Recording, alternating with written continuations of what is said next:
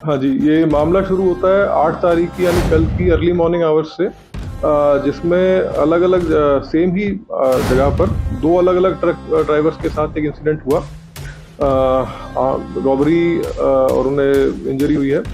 पत्थर मार के और चाकू की इंजरीज़ हैं उनके ऊपर और उसके बाद इंजरी इंसिडेंट के बाद उनसे उनके मोबाइल फ़ोन और कैश भी छीना गया।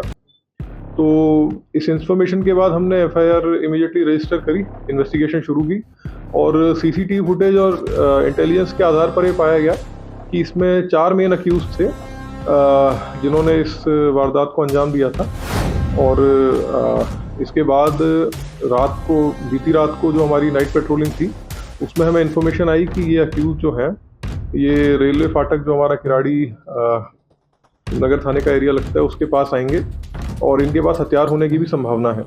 तो पूरी एहतियात बरतते हुए हमने अपनी टीम को बुलेट प्रूफ जैकेट्स और प्रॉपर वेपन्स इश्यू करके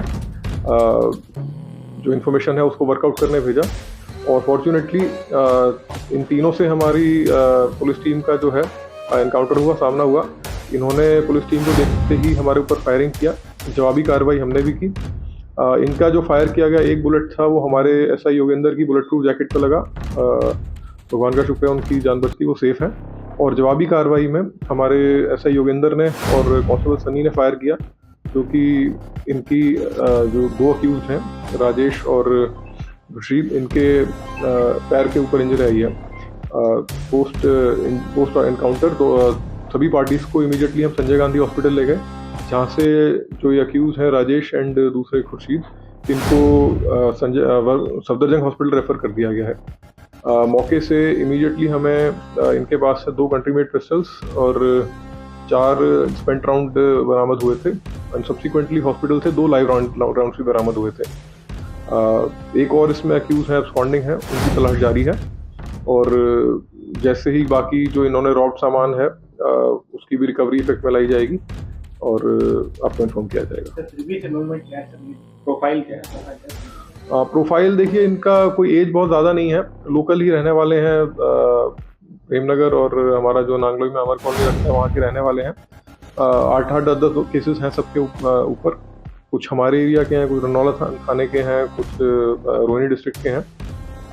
आर्म्स एक्ट के केसेस के ऊपर हैं, इनके ऊपर आर्म्ड रॉबरीज भी हैं, बर्गलरीज के केस भी हैं, थेफ्ट के केसेस भी हैं।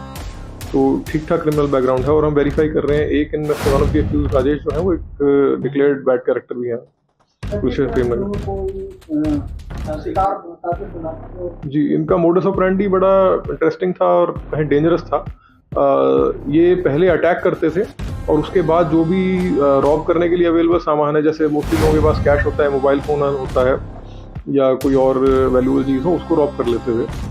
तो एक सॉर्ट ऑफ कल के इंसिडेंट के बाद हमने देखा कि टेरर का माहौल है, तो हमने बहुत ही सीरियसली इसको लेते हुए टीम्स लगाई एसीपी साहब और एसएचओ साहब के अंडर और एक अच्छा वर्कआउट करके गया। सर इजी इनके पीछे रीजन क्या होता था वारदात की? इजी अर्न मनी या फिर जो है कुछ नशा करते थे या कोई गर्लफ्रेंड वाला कोई एंगल है? क्योंकि आपने बताया जी, ये इन्वेस्टिगेशन का पार्ट है, since because both the accused are still under medical observation, fit for statement नहीं है, तो उनसे इंटरोगेशन नहीं हो पाई है हमारी। बट बहरहाल एज सच कोई इनका ड्रग्स में इन्वॉल्वमेंट या उस तरह का कुछ आया नहीं है सामने।